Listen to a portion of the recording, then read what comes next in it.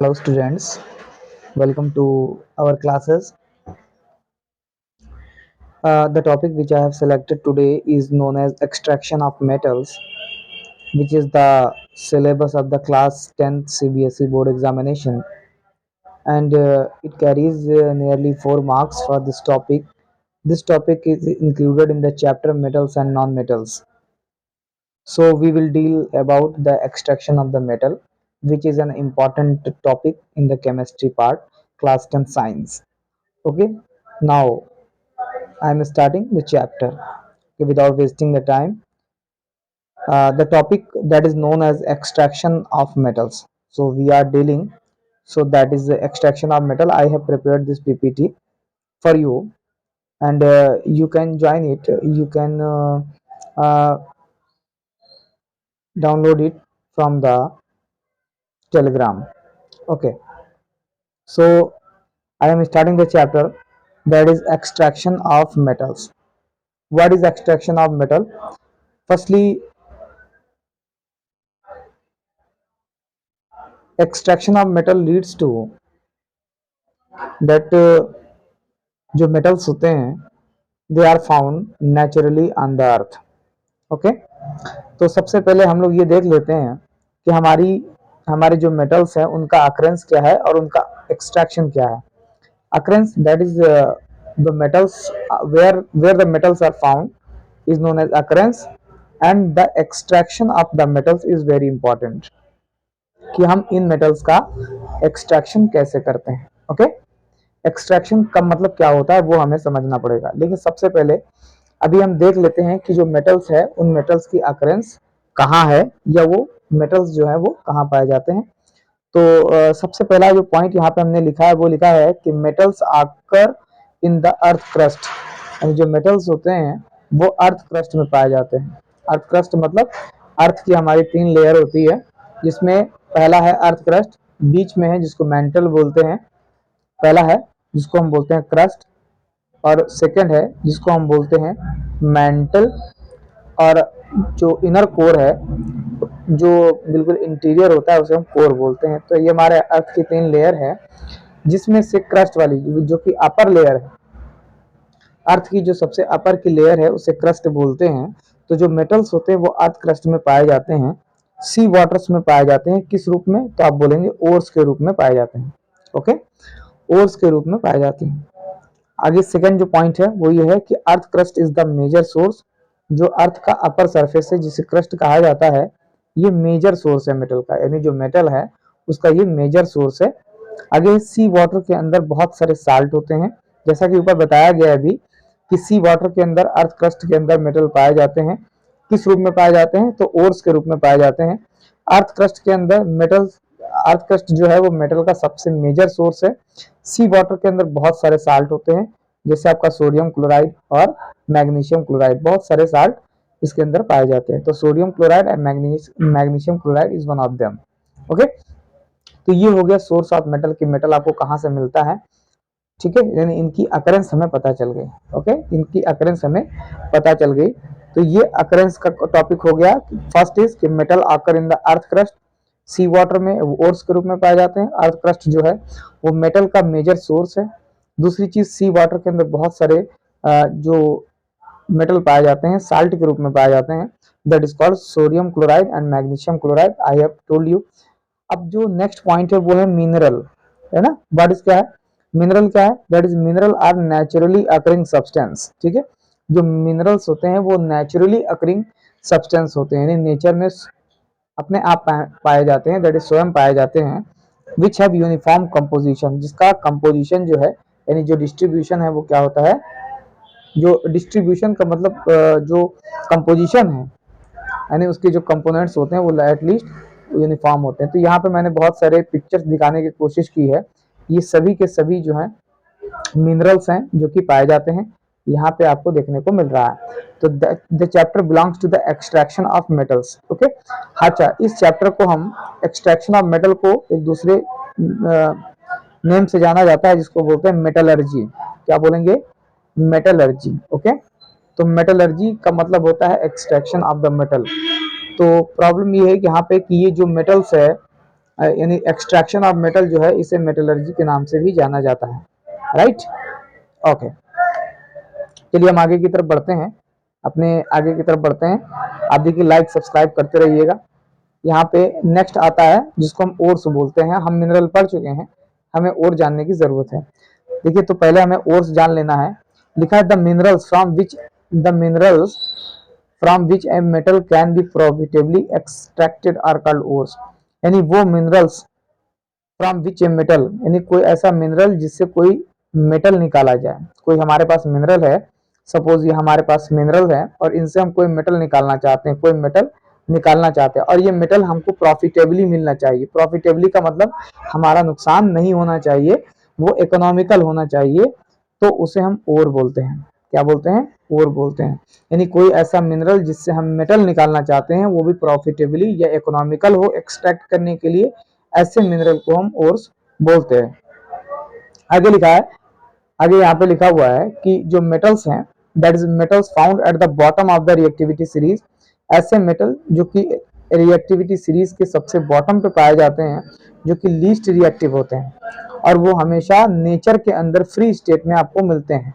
जैसे कि गोल्ड हो गया, सिल्वर हो गया, कॉपर हो गया, ये सब हमें जो है फ्री स्टेट में मिलते हैं। फिर से मैं अपनी बात दोहरा रहा हूँ कि ऐसे मेटल्स जो इलेक्ट्रोकेमिकल सीरीज या रिएक्टिविटी सीरीज के सबसे बॉटम पे पाए जाते हैं वो सबसे कम रिएक्टिव होते हैं और हमेशा नेचर के अंदर वो फ्री स्टेट में मिलते हैं, जैसे कि गोल्ड हुआ, सिल्वर हुआ और कॉपर हुआ।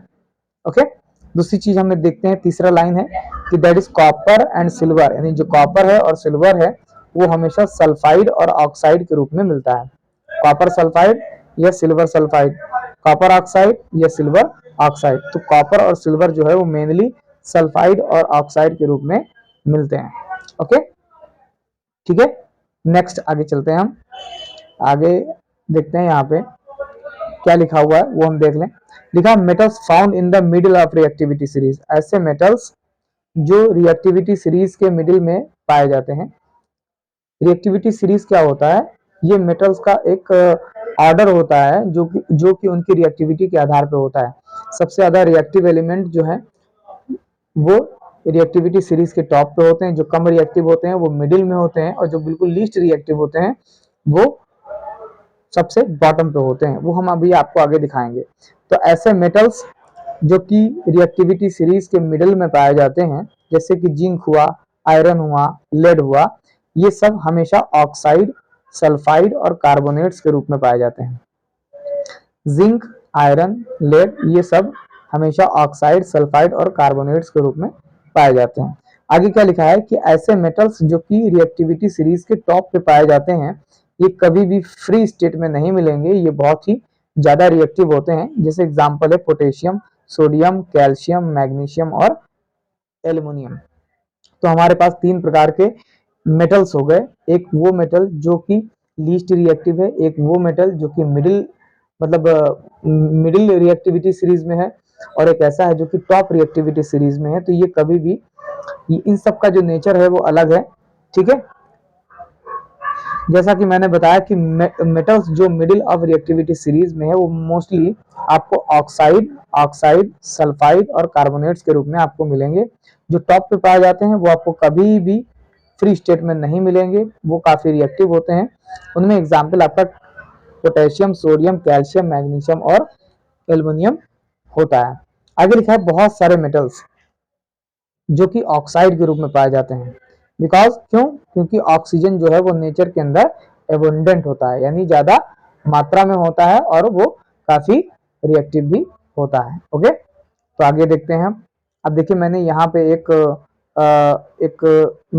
एक चित्र बनाया है और इस चित्र को हम देख लेते हैं। पहला लिखा है यहाँ पे, ये एक्सट्रैक्शन से संबंधित है। यहाँ पे लिखा है ओर, है ना, ये वाली लाइन पे देखिए ओर लिखा हुआ है। तो इसमें एक्सट्रैक्शन का मतलब क्या हुआ? एक्सट्रैक्शन जैसा कि मैंने बताया, that is extraction of the metal is called metallurgy, ठीक है। एक्सट्रैक्शन उसको बोलते हैं, अभी मैंने बताया था कि हम किसी मिनरल से कोई मेटल इकोनॉमिकल या प्रॉफिटेबल रूप में निकालते हैं, ठीक है, उन्हें ओर कहा जाता है। तो ओर हम पहले करेंगे क्या कि हम पहले ओर को लेंगे, लेकिन एक्सट्रैक्शन का जो मेथड होगा वो क्या होगा? तो एक्सट्रैक्शन के मेथड में ओर को लिया जाएगा, पहला स्टेप है। दूसरा है ओर का कंसंट्रेशन कराया जाएगा, ठीक है, ओर का कंसंट्रेशन कराया जाएगा। मैं इसको थोड़ा सा और अच्छे से करता हूँ, यहाँ पे देखते हैं, थोड़ा सा एरो ले लें। पहले हम ओर लेंगे, ओर को लेने के बाद हम ओर का कंसंट्रेशन कराएंगे।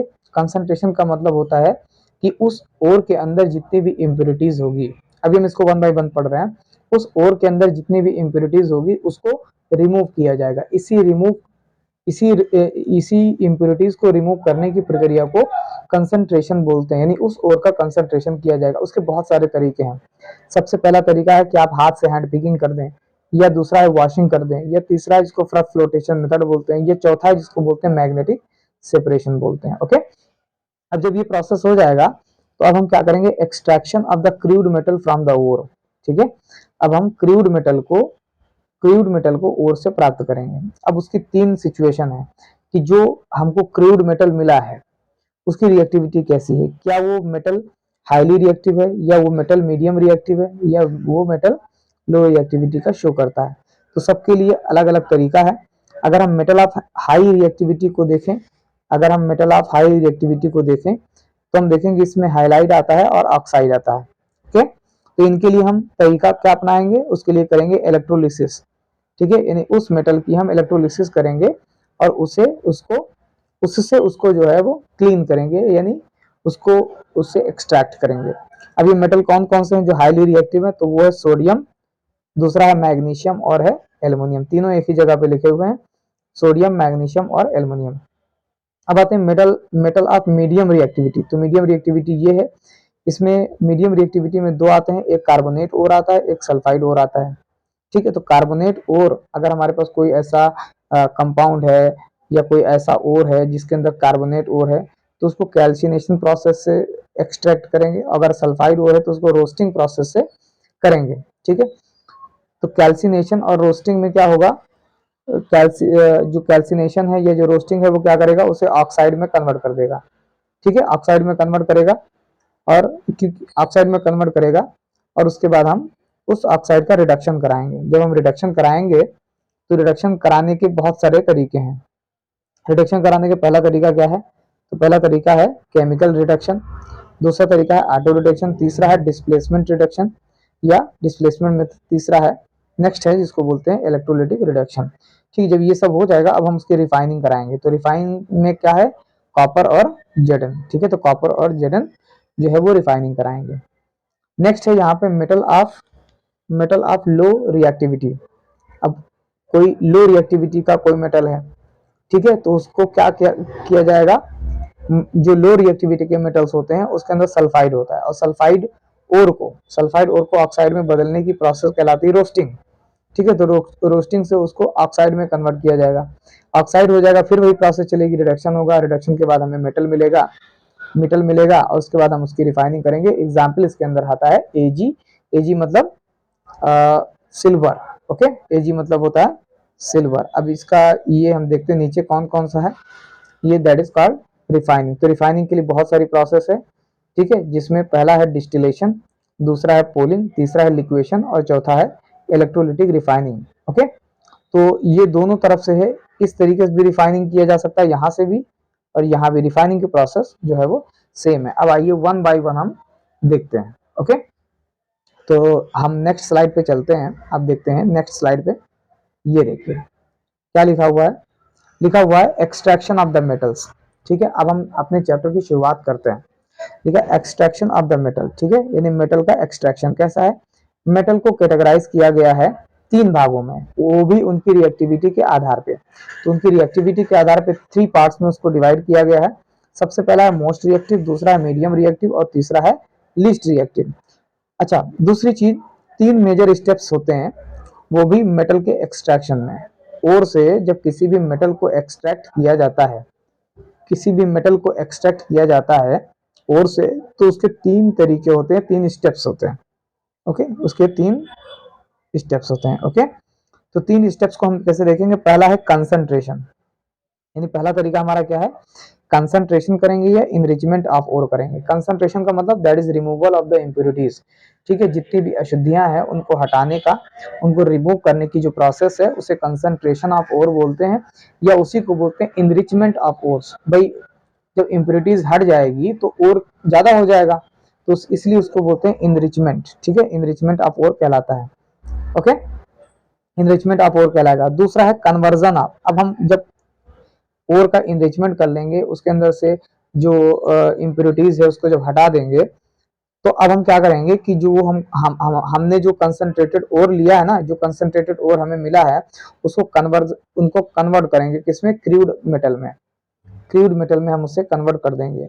अब उसके बाद क्या करेंगे, रिफाइनिंग ऑफ द इम्प्योर और क्रूड मेटल। अब जो क्रूड मेटल हमें मिला है, जो भी क्रूड मेटल हमें प्राप्त हुआ है, अब उसको हम रिफाइनिंग करेंगे, यानी कोई जो इम्प्योर क्रूड मेटल है जो बना गया है उसके अंदर भी कुछ अभी अशुद्धियां होती हैं, तो उसको रिफाइनिंग की जाती है। रिफाइनिंग मतलब उसे अल्ट्रा प्योर बनाने की प्रोसेस की जाती है। तो यही तीन स्टेप्स हैं, यही तीन स्टेप्स हैं जो कि एक्सट्रैक्शन ऑफ मेटल में इस्तेमाल की जाती हैं, ठीक है, यही तीन स्टेप्स हैं जो कि एक्सट्रैक्शन ऑफ मेटल में इस्तेमाल की जाती हैं। ओके, तो these are the three steps which is used in the extraction of metal. पहला क्या है, पहले हम उसे साफ करेंगे, जो उसके अंदर इम्प्योरिटीज लगी होगी बाहर से उसे हम साफ कर लेंगे। उसके बाद हम उसे कंसंट्रेटेड ओर को क्रूड मेटल में कन्वर्ट करेंगे, फिर क्रूड मेटल को हम रिफाइनिंग करेंगे और हमें शुद्ध मेटल प्राप्त हो जाएगा। ओके, चलिए आगे देखते हैं वो प्रोसेस कौन सी है। तो सबसे पहला हम प्रोसेस पढ़ेंगे, वेरी गुड, बहुत अच्छी प्रोसेस है, देख ली, बहुत अच्छी तरीके से लिखा हुआ है। पहला लिखा हुआ है कि ओर का हम कंसंट्रेशन कैसे करेंगे, ठीक है, what is concentration of ore, ये हमें समझना है। तो सबसे पहला रिमूवल ऑफ द इम्प्योरिटीज, जो इम्प्योरिटीज का रिमूवल है, जैसे कि सॉयल हुआ, मिट्टी लगी है, सैंड या उसके अंदर बालू लगा हुआ है, रेत लगी हुई है, स्टोन उसके अंदर छोटे छोटे पत्थर हैं, या कोई सिलिकेट्स है जो कि निकाला गया है, और जब माइन से निकाला जाता है तो ये सारी चीजें लगी होती हैं, और इसी को हटाना है, इसी को हटाना और हटाने की प्रक्रिया रिमूव क्या बोलती है, कंसंट्रेशन ऑफ ओर बोला जाता है। That is called concentration of ore कहा जाता है। Okay, that is called concentration of ore. तो फिर से मैं अपनी बात बोल रहा हूं, that is the removal of the impurities such as soil, sand, stone, silicates from the mine ore. जो निकाला गया है उसे हम कंसंट्रेटेड ओर बोलते हैं। आगे लिखा ores which are mined often contains, यानी और जो कि हमें माइनिंग से प्राप्त होता है उसके अंदर इम्प्योरिटीज होती हैं। इन इम्प्योरिटीज को गैंग कहा जाता है, इन इम्प्योरिटीज को गैंग कहा जाता है। पहले हमें क्या करना है, पहले हम कंसंट्रेशन करते हैं और जितनी इम्प्योरिटीज है उसे हटा देते हैं, किससे, ओर से। तो ये कंसंट्रेशन ऑफ ओर है, इसी को हम बोलते हैं इनरिचमेंट ऑफ ओर, ठीक है, यानी ओर का इनरिचमेंट कहलाता है। अच्छा, कंसंट्रेशन की जो प्रोसेस है वो डिपेंड करती है किसकी, ओर की फिजिकल और केमिकल प्रॉपर्टीज पर। यानी कहने का मतलब मेरा ये है कि जो कंसंट्रेशन की जो प्रोसेस है वो डिपेंड करती है कि ओर की फिजिकल और केमिकल प्रॉपर्टी क्या है, यानी उसके अंदर किस प्रकार का एलिमेंट मौजूद है, या किस प्रकार का उसके अंदर मेटल मौजूद है या प्रेजेंट है, उपस्थित है। तो इसके लिए हमारे पास दो चार प्रोसेस हैं। सबसे पहला प्रोसेस है, इसका नाम है ग्रेविटी सेपरेशन मेथड। दूसरा है इलेक्ट्रोमैग्नेटिक सेपरेशन मेथड। तीसरा है जिसको बोलते हैं फ्रक फ्लोटेशन प्रोसेस। ये कुछ एग्जांपल्स हैं जिसकी वजह से हम ओर का कंसंट्रेशन करते हैं। तो एक बार फिर से आप इसको देख लीजिए। पहला लिखा है दैट इज द पहला लिखा हुआ है, पहला यहाँ पे लिखा हुआ है that is called concentration of the ore, that is removal of the impurities. फिर ore which are mined contain many impurities, these impurities are called gangue, ठीक है, ये कंसंट्रेशन ऑफ ओर कहलाएगा। कंसंट्रेशन को ही इनरिचमेंट ऑफ ओर बोलते हैं। इसके तीन तरीके हैं, gravity separation, electromagnetic separation and frock flotation process के कुछ एग्जांपल हैं जो कि कंसंट्रेशन ऑफ ओर्स के अंदर इस्तेमाल किए जाते हैं। ओके, नेक्स्ट आगे हम स्लाइड देखते हैं। आगे की स्लाइड देखिए, ये हमने दिखाया है आपको, ये हमने आपको दिखाया है कि जो हमारे इनरिचमेंट की जो बात होती है, यानी रिमूवल की जो बात होती है, वो यहाँ पे दिखाई गई है। तो सबसे पहला अगर हम देखेंगे तो ये वाला जो प्रोसेस है इसको बोलते हैं फ्लक्स फ्लोटेशन प्रोसेस, दूसरे को बोलते हैं मैग्नेटिक सेपरेशन, और तीसरे को बोलते हैं ग्रेविटी सेपरेशन मेथड, ठीक है। तो ये वाला आपका होगा फ्लक्स फ्लोटेशन, ये वाला आपका हो गया मैग्नेटिक सेपरेशन, और ये वाला हो गया आपका that is called gravity separation methods. अब देखिए मैंने अभी बताया था कि जो कंसंट्रेशन की जो प्रोसेस है वो डिपेंड करती है ओर की फिजिकल और केमिकल प्रॉपर्टी के ऊपर। तो तीन प्रॉपर्टीज यहाँ पे लिखी हुई है, इन्हीं का इस्तेमाल करके हम ओर्स को कंसंट्रेट करते हैं। अगर हम फ्रॉथ फ्लोटेशन मेथड की प्रोसेस करें तो मेनली मेनली अगर देखा जाए, मैं इसे थोड़ा सा जूम करता हूँ ताकि आपको थोड़ा समझ में आ जाए। यहाँ पे लिखा हुआ है, यानी ये वाला जो स्ट्रक्चर है इससे मेनली सल्फाइड ओर, जो सल्फाइड ओर होते हैं उनको एक्सट्रैक्ट किया जाता है, सल्फाइड ओर्स। ठीक है, सल्फाइड ओर्स जो है वो किया जाता है, जैसे ZnS। ठीक है, ZnS इसको बोलते हैं जिंक सल्फाइड। इसमें होता क्या है, इसमें ये होता है कि जो ओर है उसे हम पाउडर फॉर्म में लेते हैं, यानी सल्फाइड ओर पार्टिकल यहाँ पे लिखा हुआ ना, इसे जो है वो हम पाउडर फॉर्म में लेते हैं। और ये एक पूरा एक टैंक होता है, यहाँ पे टैंक आपको दिखाया गया है, टैंक होता है, एक कंप्रेसर एयर सिस्टम होता है और नीचे रोटेटर लगा होता है। ठीक है, इसी के अंदर होता है और यहाँ पे कंप्रेस्ड एयर जो है वो मतलब इस ट्यूब के माध्यम से नीचे फेंकी जाती है, पानी के अंदर फेंकी जाती है। और यहाँ पे वाटर होता है, वाटर के अंदर पाइन ऑयल होता है। ठीक है, पाइन ऑयल होता है और इसके अलावा एक और केमिकल होता है, उसका नाम है इथाइल जैंथेट। इथाइल जैंथेट, ठीक है, जैंथेट, इथाइल जैंथेट, ये इसका काम है फोम बनाना। ठीक है, इसका काम है फोम बनाना, अंडरस्टैंड, फोम बनाना। तो इसमें जब सल्फाइड ओर के पार्टिकल का जो जब डाला जाता है, पाउडर फॉर्म डाला जाता है, तो उसको बहुत तेजी से इसको रोटेट कराया जाता है। तो रोटेट जब कराया जाता है तो जो ओर के पार्टिकल हैं, यानी जो सल्फाइड ओर के जो पार्टिकल्स हैं वो आपस में चिपक जाते हैं पाइन ऑयल की वजह से, पाइन ऑयल की वजह से चिपक जाते हैं और इथाइल जैंथेट की वजह से ये सरफेस पे आके तैरने लगते हैं। उनको फिर अलग कर लिया जाता है, बाकी जो इम्प्योरिटीज होती है जिन्हें गैंग कहा जाता है वो आके नीचे बॉटम में बैठ जाती है। तो इस तरीके से उसको रिमूव किया जाता है, this is called froth flotation process. Okay, चलिए अब दूसरा अगर हम देख लें, this is called magnetic separation method. Magnetic separation mostly किसके लिए किया जाता है, उसके लिए किया जाता है जो कि आयरन ऑब्जेक्ट्स होते हैं। ठीक है, तो आयरन ऑब्जेक्ट्स के लिए किया जाता है, जैसे हेमीटाइट। ठीक है, हेमीटाइट, हेमीटाइट। ठीक है, यह दूसरा होता है मैग्नेटाइट। ठीक है, मैग्नेटाइट के लिए इस्तेमाल किया जाता है। ठीक है, तो मैग्नेटाइट के लिए इस्तेमाल किया जाता है। यहाँ से क्या किया जाता है कि जो ओर है उसको पाउडर फॉर्म में डाला जाता है। यहाँ पे दो रोलर लगे होते हैं और इस दोनों रोलर के ऊपर एक बेल्ट लगी होती है। ठीक है, और ये दोनों रोलर जो है, ये ये जो रोलर है इस पे लगे होते हैं, इसके ऊपर बेल्ट टहलती रहती है। इस पे एक जो होता है, ये वाला जो रोलर होता है वो मैग्नेटिक रोलर होता है। इसके ऊपर से जब जो मैग्नेटिक सब्सटेंस है, जब उसको पाउडर फॉर्म में गिराया जाता है तो वो ट्रेवल करके इधर आता है। तो जितने भी मैग्नेटिक पार्टिकल होते हैं वो इधर गिर जाते हैं, इस वाले बीकर में गिर जाते हैं, और जो नॉन मैग्नेटिक पार्टिकल होते हैं वो इधर ही गिर जाते हैं, क्योंकि ये मैग्नेटिक रोलर से अट्रैक्ट नहीं होते। तो इस तरीके से जो आयरन के जो केमिकल्स होते हैं या आयरन के जो पार्टिकल होते हैं या आयरन की जो ओर्स होते हैं उनको सेपरेट किया जाता है। ठीक है, दूसरा होता है यहाँ पे, ये होता है ग्रेविटी सेपरेशन मेथड। इसके अंदर ये डेंसिटी पे डिपेंड करता है। यहाँ पे ये देखिए ढलानदार एक ऐसे ऐसे स्ट्रक्चर, ऐसे सीढ़ी नुमा बनाया जाता है और यहाँ पे जो पार्टिकल है उसको रखा जाता है।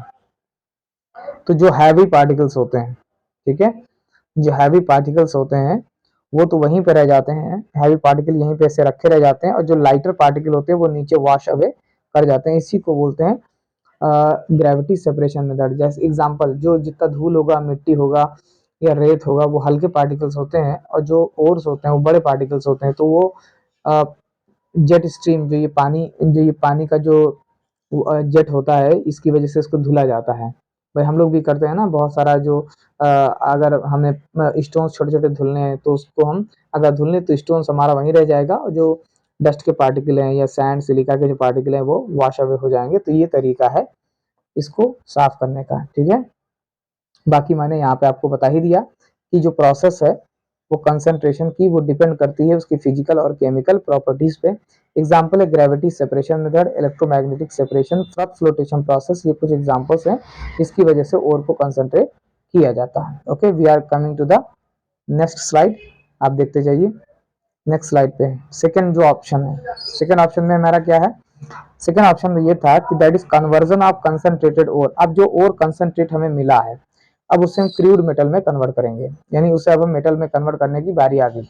ये ध्यान रखिएगा, क्रूड मेटल भी प्योर नहीं है, उसको प्योर करने के लिए उसकी हम अल्ट्रा रिफाइनिंग करते हैं।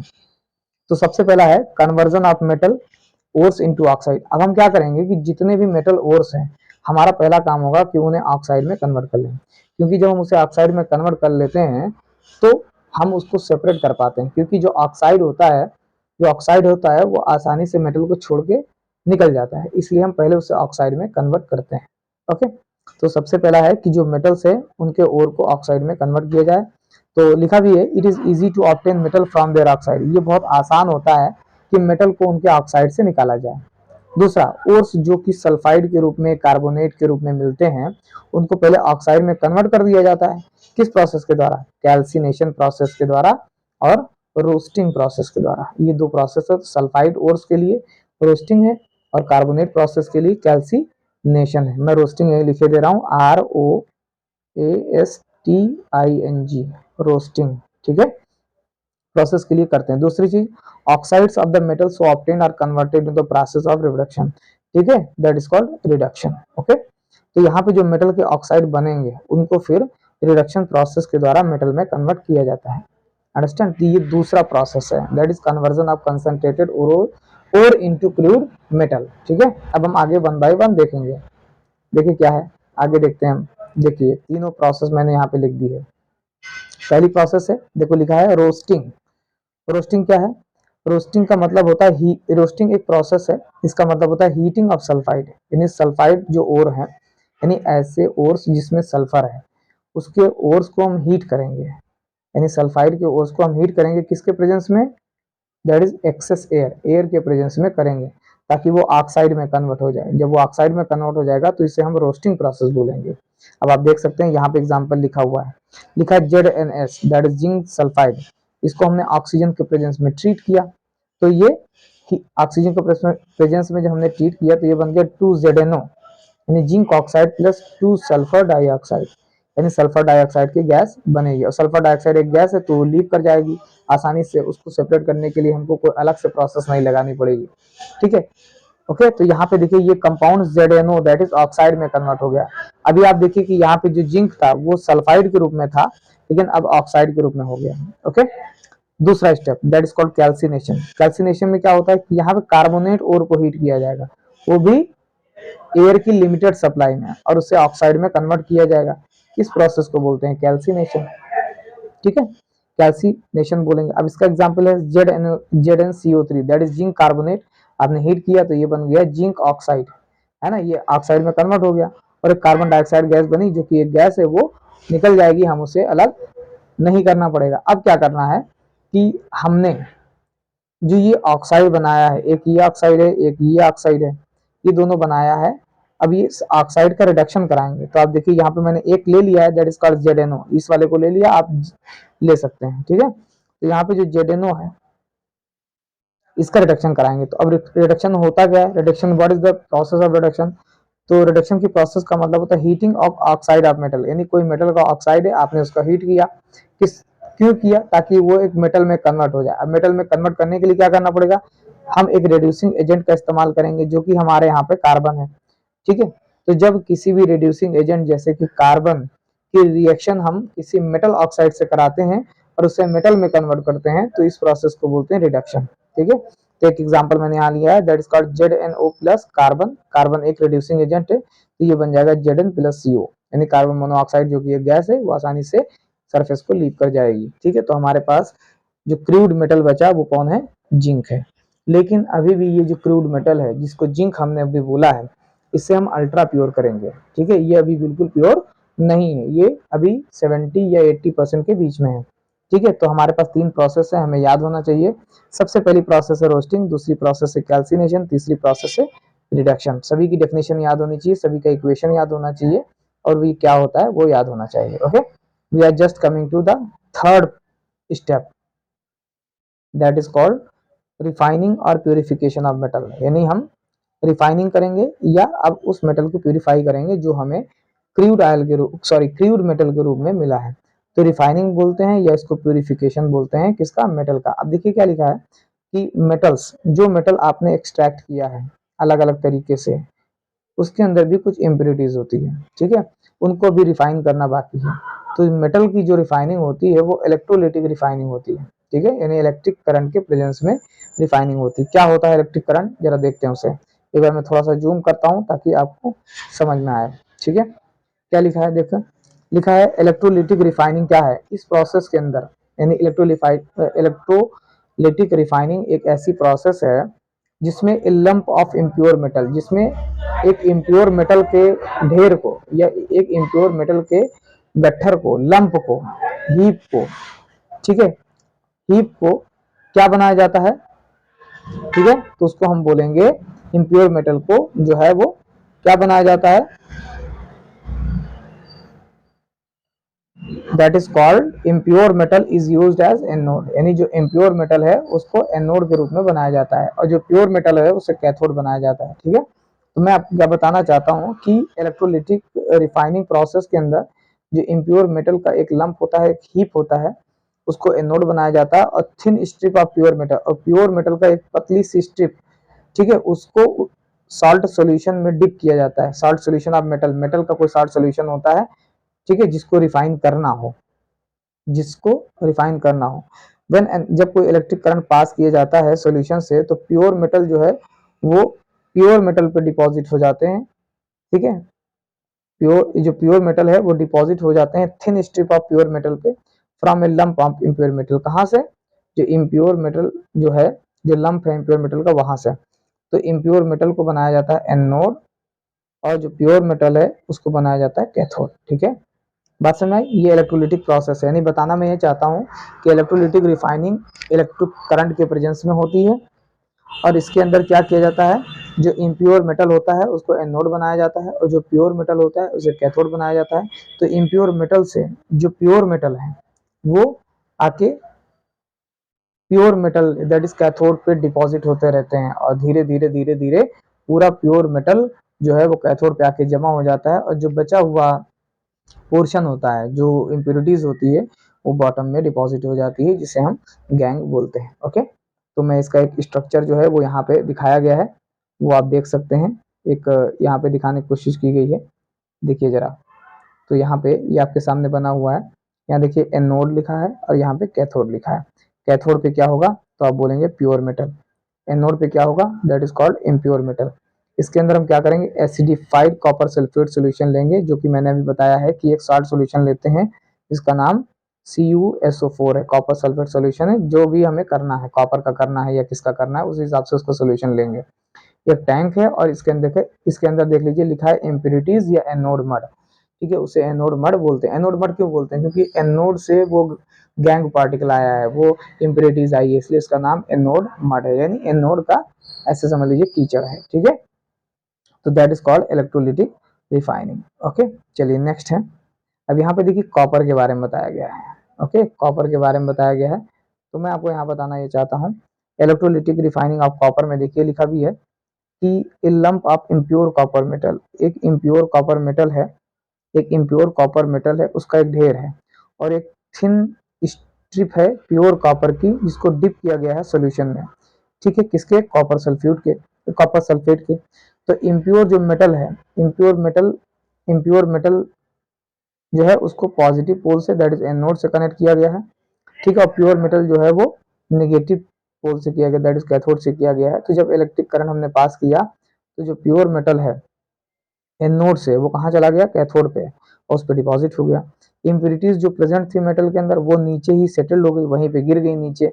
तो सेटल इम्प्योरिटीज जो सोल्यूशन में आई है उसे हम क्या बोलते हैं, एनोड मड बोलते हैं। यहाँ पे सामने देखिए साफ साफ दिख रहा है, that is called impurities, that is called anode mud, इसको हम बोलते हैं एसिडिफाइड कॉपर सल्फेट सोल्यूशन। अभी जो मैंने ऊपर दिखाया था वही यहाँ पे लिखा गया है, तो that is called impure metal. तो इस तरीके से इलेक्ट्रोलिसिस प्रोसेस के द्वारा कैथोड के ऊपर जो मेटल डिपॉजिट हुआ है वो बिल्कुल प्योर होगा, that is called ultra pure, okay. तो इस तरीके से इलेक्ट्रोलिटिक रिफाइनिंग के द्वारा हम प्योर मेटल ऑब्टेन करते हैं, ओके।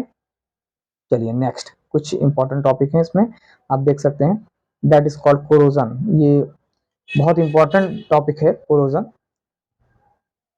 कोरोजन में लिखा भी हुआ है, दैट इज कॉल्ड कोरोजन में आपका यहाँ पे बहुत सारा पॉइंट भी लिखा हुआ है। ठीक है, तो पहले हम पढ़ लेते हैं फिर कोरोजन देखते हैं। लिखा है कोरोजन है क्या, व्हाट इज कोरोजन। कोरोजन का मतलब होता है मोस्ट ऑफ द मेटल, यानी जो मेटल्स होते हैं वो हमेशा रिएक्ट करते रहते हैं, किससे, एटमॉस्फेरिक एयर से। यानी जो मेटल्स हैं वो एटमॉस्फेरिक एयर से हमेशा रिएक्ट करते हैं, जिसकी वजह से उनके ऊपर एक लेयर की फॉर्मेशन हो जाती है, यानी उन मेटल के ऊपर एक लेयर की फॉर्मेशन हो जाती है। बहुत दिनों तक जब ऐसा पड़े रहते हैं तो जो मेटल्स हैं वो धीरे धीरे लॉस हो जाते हैं। क्यों, क्योंकि या तो वो ऑक्साइड में कन्वर्ट हो जाते हैं, या तो वो सल्फाइड में कन्वर्ट हो जाते हैं, या तो वो कार्बोनेट में कन्वर्ट हो जाते हैं, जिसकी वजह से मेटल जो है वो धीरे धीरे खत्म हो जाता है, और इसी प्रोसेस को बोलते हैं कोरोजन। मैं फिर से अपनी बात दोहरा रहा हूँ कि जो मेटल है वो रिएक्ट करते रहते हैं एटमॉस्फेरिक एयर से, जिसकी वजह से उस मेटल के ऊपर कोई लेयर बन जाती है। ठीक है, बहुत समय तक जब ये पड़े रहते हैं तो मेटल जो है वो धीरे धीरे लॉस हो जाता है। क्यों, क्योंकि वो या तो ऑक्साइड में या सल्फाइड में या कार्बोनेट में कन्वर्ट हो जाते हैं, जिसकी वजह से मेटल जो है उसको वो डिस्ट्रॉय हो जाता है, डैमेज हो जाता है। इसी प्रोसेस को बोलते हैं कोरोजन। और एनुअली हमारे देश के अंदर, हमारे कंट्री के अंदर कोरोजन से बहुत ज़्यादा भारी इकोनॉमिकल लॉस होता है। ठीक है, तो आप देख सकते हैं मैंने कुछ चित्र बनाए हैं, आप देख लीजिए। ये मशीन के पार्ट्स हैं जो कि खराब हो रहे हैं, ये आपका पाइप है जो कि खराब हो रहा है, ये देखिए जंजीर है, चेन है, इस खराब हो रहा है, और ये सीवर का पाइप है वो भी खराब हो रहा है ड्यू टू द कोरोजन। तो इस तरीके से गवर्नमेंट का बहुत ज़्यादा जो है वो लॉस होता है due to corrosion at every year. Okay, तो ये कोरोजन एक टॉपिक था जो उसके अंदर पढ़ना था। चलिए नेक्स्ट आता है, that is called rusting of iron. Corrosion का एक एग्जांपल है, दैट इज कॉल्ड आयरन की रस्टिंग। ओके, तो यहाँ पे हम देखते हैं लिखा है rusting of iron is the most common form. तो जो आयरन की जो रस्टिंग है वो सबसे मोस्ट कॉमन फॉर्म है कोरोजन की। व्हेन आयरन आर्टिकल, जो आयरन आर्टिकल्स होते हैं जैसे गेट हुआ, ग्रिल हो गया, दीवार हो गई, लोहे की दीवार हो गई, जब ये मॉइस्चर के कंटेंट में आती है, सॉरी मॉइस्चर के कांटेक्ट में आती है, जैसे एयर हुआ उसके कांटेक्ट में आती है, तो जो अपर लेयर होती है आयरन की वो आयरन ऑक्साइड में कन्वर्ट हो जाती है, यानी Fe जो है वो बदल जाता है FeO।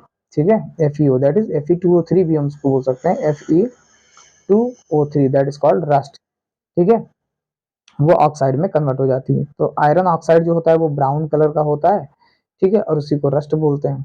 इसी फेनोमेनन को रस्टिंग ऑफ आयरन बोलते हैं। ठीक है, इसी फेनोमेनन को रस्टिंग ऑफ आयरन बोलते हैं। ओके, आगे लिखा if rusting is not prevented, अगर रस्टिंग को रोका नहीं गया समय पे तो पूरा का पूरा आयरन आर्टिकल जो है वो आयरन ऑक्साइड में कन्वर्ट हो जाएगा, और इसी को हम बोलते हैं corrosion of iron. Rusting of iron, iron की रस्टिंग की वजह से हर साल हमें बहुत ज़्यादा लॉस होता है, हर जगह लॉस होता है, हर बिल्डिंग में लॉस होता है, मोस्टली रेलवेज में इसका ज़्यादा आपको नुकसान देखने को मिलेगा। अब आते हैं रस्टिंग को प्रिवेंट करना है हमें। ठीक है, रस्टिंग को हम प्रिवेंट करेंगे, राइट। रस्टिंग को अगर हम प्रिवेंट करेंगे, रस्टिंग को हमें प्रिवेंट करना है, तो पहला प्रिवेंशन ऑफ रस्टिंग का मतलब, जैसे रस्टिंग को अगर हम प्रिवेंट करना है तो आयरन जो है उसको ऑक्सीजन और वाटर के कांटेक्ट में तो नहीं आने देना है। ठीक है भाई, रस्टिंग के लिए क्या जरूरी है, ऑक्सीजन जरूरी और वाटर जरूरी। तो सबसे पहले हम ऐसा कोई काम करेंगे जिससे आयरन के संपर्क में ऑक्सीजन और वाटर बिल्कुल ना आए। ठीक है, तो रस्टिंग को प्रिवेंट किया जा सकता है अगर हम एटमॉस्फेरिक मॉइस्चर को आयरन आर्टिकल के कांटेक्ट में ना आने दें। ठीक है, ये इसके बहुत सारे तरीके हैं। सबसे पहला तरीका पेंटिंग। ठीक है, यानी हम उस आयरन आर्टिकल को पेंट कर देंगे तो एटमॉस्फेयर और आयरन के बीच में एक जो है वो दीवार हो जाएगी पेंटिंग, जिसकी वजह से मॉइस्चर जो है वो आयरन आर्टिकल तक नहीं पहुंच पाएगा। दूसरा है ग्रीसिंग, ग्रीसिंग से भी हम रोक सकते हैं। दूसरा है गैल्वेनाइजिंग, गैल्वेनाइजिंग होता है बेटा जिंक से, यानी हम आयरन के ऊपर जिंक की कोटिंग कर देते हैं, जिसकी वजह से रस्टिंग की प्रोसेस रुक जाती है। आप जानते हैं कि जिंक जो है वो आयरन से ज़्यादा रिएक्टिव होता है, इसलिए एटमॉस्फेरिक एयर में जो रिएक्शन होती है वो जिंक से होती है, फिर आयरन से नहीं होती। That process called galvanization, that is the coating of zinc around the iron article is known as galvanization. दूसरा होता है इलेक्ट्रोप्लेटिंग। ठीक है, क्या कहलाता है, इलेक्ट्रोप्लेटिंग। इलेक्ट्रोप्लेटिंग आप जानते हैं ये इलेक्ट्रिक के प्रेजेंस में होता है। दूसरा है एलॉइंग, एलॉइंग का मतलब होता है दो मेटल को मिला दिया जाए, और दो मेटल को जब हम मिलाएंगे तो एक तीसरा मेटल हमें प्राप्त होगा, जिसे हम एलॉय बोलेंगे, और उस एलॉय के अंदर दोनों की कैरेक्टरिस्टिक्स फीचर होंगी, इसी को बोलते हैं एलॉय। हम इसको नेक्स्ट सेक्शन में पढ़ने वाले हैं। ओके, तो ये रस्टिंग के कुछ तरीके हैं जिससे हम प्रिवेंट कर सकते हैं। ओके, चलिए नेक्स्ट देखते हैं व्हाट इज एलओआई। तो ये हमें थोड़ा सा देखने को मिलेगा और देखने को हम यहाँ पे बता भी रहे हैं आपको। ओके, ये ठीक है। तो सबसे पहला हम देखते हैं, लिखा है व्हाट आर एलओआईज। ठीक है, तो एलओआईज आर होमोजीनियस मिक्सचर। देखिए सबसे पहला पॉइंट है होमोजीनियस मिक्सचर। होमोजीनियस मिक्सचर क्या है कि जब हम दो मेटल को मिला दें तो एक ऐसा मिक्सचर बने जिससे हमें ये ना पता चले कि इसके अंदर कौन सा मेटल मिलाया गया है। ठीक है, दैट इज कॉल्ड होमोजीनियस। ठीक है, होमोजीनियस मिक्सचर उसको बोलते हैं जिसमें दो या दो से अधिक मेटल को मिला के जो है वो बनाया जाता है, या एक मेटल होता है एक नॉन मेटल होता है, तो उसे हम एलओआई बोलते हैं। ठीक है, उसे हम क्या बोलेंगे, एलओआई बोलेंगे। ठीक है, तो अब एलओआई कई प्रकार के होते हैं। सबसे पहला है फेरस एलओआई, दूसरा है नॉन फेरस एलओआई और तीसरा है एमेलगम। ठीक है, तो अगर हम इसे देखें ध्यान से तो मैं इसको थोड़ा सा इंक्रीज करता हूँ ताकि आपको अच्छे से पता चले टाइप्स ऑफ एलओआईज में। ठीक है, तो सबसे पहला है फेरस एलओआईज। फेरस एलओआईज का मतलब ऐसा कोई एलओआई जिसके अंदर कम से कम आयरन हो। ठीक है, तो यहाँ पे लिखा भी है कि एक एलॉय ऐसा जिसमें आयरन प्रेजेंट हो। एग्जांपल जैसे मैंगनीज स्टील। मैंगनीज का स्टील के अंदर क्या क्या है, तो अब देखिए iron 86%, manganese 13%, carbon 1%। Okay, nickel steel हमारे पास है तो उसके लिए आयरन 98% और निकिल 2%। तो आप देखिए चाहे वो मैंगनीज स्टील हो और चाहे वो निकिल स्टील हो, ठीक है, यानी चाहे वो मैंगनीज स्टील हो और चाहे वो निकिल स्टील हो, यानी यहाँ पे मैं कह रहा हूँ मैग्नीज स्टील हो या निकल स्टील हो, दोनों के अंदर आपको आयरन मिलेगा और आयरन लार्ज अमाउंट में मिलेगा। तो उसे हम बोलेंगे फेरस एलॉयज। ओके, आगे लिखा नॉन फेरस एलॉयज, यानी एक ऐसा एलॉय जिसके अंदर आयरन ना हो। एग्जांपल जैसे ब्रास, इसको हिंदी में पीतल बोलते हैं। पीतल किसका बना होता है, यानी ब्रास किसका बना, कापर 80%, जिंक 20%। दूसरा है ब्रॉन्ज, इसको हिंदी में कांसा बोलते हैं और ये बना किसका होता है, कॉपर 90%, कॉपर 90% और टिन दैट इज एसएन, स्टैनम बोलते हैं इसको, 10% होता है। टिन 10% होता है। ओके, अब नेक्स्ट आता है जिसको बोलते हैं एमेलगम। एमेलगम बोलते हैं, एमेलगम क्या है, तो एमेलगम इज ए कॉम्बिनेशन, एक ऐसा एलॉय जिसमें कम से कम एक बार मरकरी हो। ठीक है, यानी मरकरी प्रेजेंट ही होना चाहिए, उसे एमेलगम बोलते हैं। एग्जाम्पल जैसे सोडियम एमेलगम, तो सोडियम के साथ मरकरी। जिंक एमेलगम, तो जिंक के साथ मरकरी। जहां जहां भी एमेलगम आएगा वहां वहां पे मरकरी रहेगा। ओके, तो ये पूरी की पूरी स्लाइड आप देख सकते हैं। यहाँ जो मैंने आपके सामने बनाया है, यहाँ पे बहुत सारे चित्र बनाए गए हैं। तो ये जो चित्र हैं जैसे एल्युमिनियम है, नाइक्रोम है, कॉपर निकिल है, नियोबियम है, स्टील, ब्रॉन्ज और जो ब्रास है। पहली चीज मैं आपको बता दूं, स्टील जो है, स्टील बनता है आयरन प्लस कार्बन से। ठीक है, तो आयरन मेटल है और कार्बन क्या है, नॉन मेटल है। ठीक है, तो वही लिखा गया है कि एलॉय होमोजीनियस मिक्सचर होता है दो या दो से अधिक मेटल का, या एक मेटल और दूसरे नॉन मेटल का। तो ये हमारे पास एलॉय होते हैं। ठीक है, अब एलॉय जब हम बनाते हैं तो उससे क्या विशेषता होती है, ये एलॉय हम क्यों बनाते हैं, क्या उसका कोई फायदा है या इसका कोई, तो वो देखिए यहाँ पे लिखा हुआ है। ठीक है, तो मैं यहाँ पे पढ़ता हूँ जरा, देखिए लिखा है एलॉयज की प्रॉपर्टी। तो सबसे पहला, alloys are stronger than the metal, यानी एलॉयज जो है वो स्ट्रॉन्गर होते हैं किस मेटल से, जिससे वो बनाए गए हैं। ठीक है, जैसे मान लिया आयरन था। ठीक है, आयरन आयरन मजबूत होता है, लेकिन आयरन में अगर हम कार्बन मिला दिए, ठीक है, तो वो स्टील बन जाएगा जो कि आयरन से भी ज्यादा मजबूत होगा ना, उसके अंदर रस्ट लगता है स्टील के अंदर। ठीक है, दूसरी चीज वो लाइट होता है, हल्का भी होता है और बहुत ज्यादा वो टेंसाइल होता है और उसके बाद काफी स्ट्रेंथ भी होती है। ठीक है, दूसरी चीज, it is harder than the constituent metal, ये मजबूत होता है उस मेटल से जिससे वो बनाया गया है। आगे लिखा मोर रेजिस्टेंट टू कोरोजन, इसके अंदर रस्ट नहीं लगता। ठीक है, कोरोजन नहीं होता। दूसरा, मेल्टिंग पॉइंट एलॉय का जो है वो कम हो जाता है उस मेटल से। ठीक है, तो उसे हम आसानी से पिघला भी सकते हैं।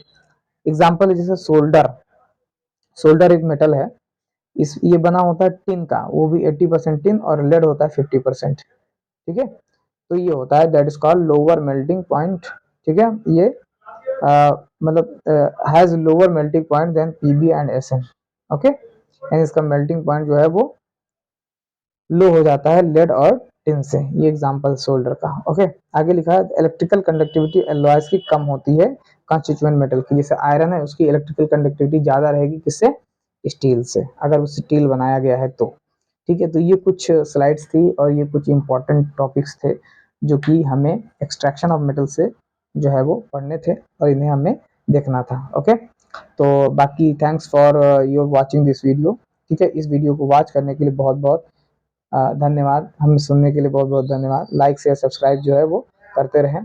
टेलीग्राम और इंस्टाग्राम को भी ज्वाइन करें। हमारे इंस्टाग्राम का जो आईडी है उसका नाम है न्यू स्टडी पॉइंट, जो कि हमारे चैनल का नेम है। न्यू स्टडी पॉइंट आप सर्च करें, उसे फॉलो करें। ठीक है, ओके, मिलते हैं नेक्स्ट वीडियो में। Thank you.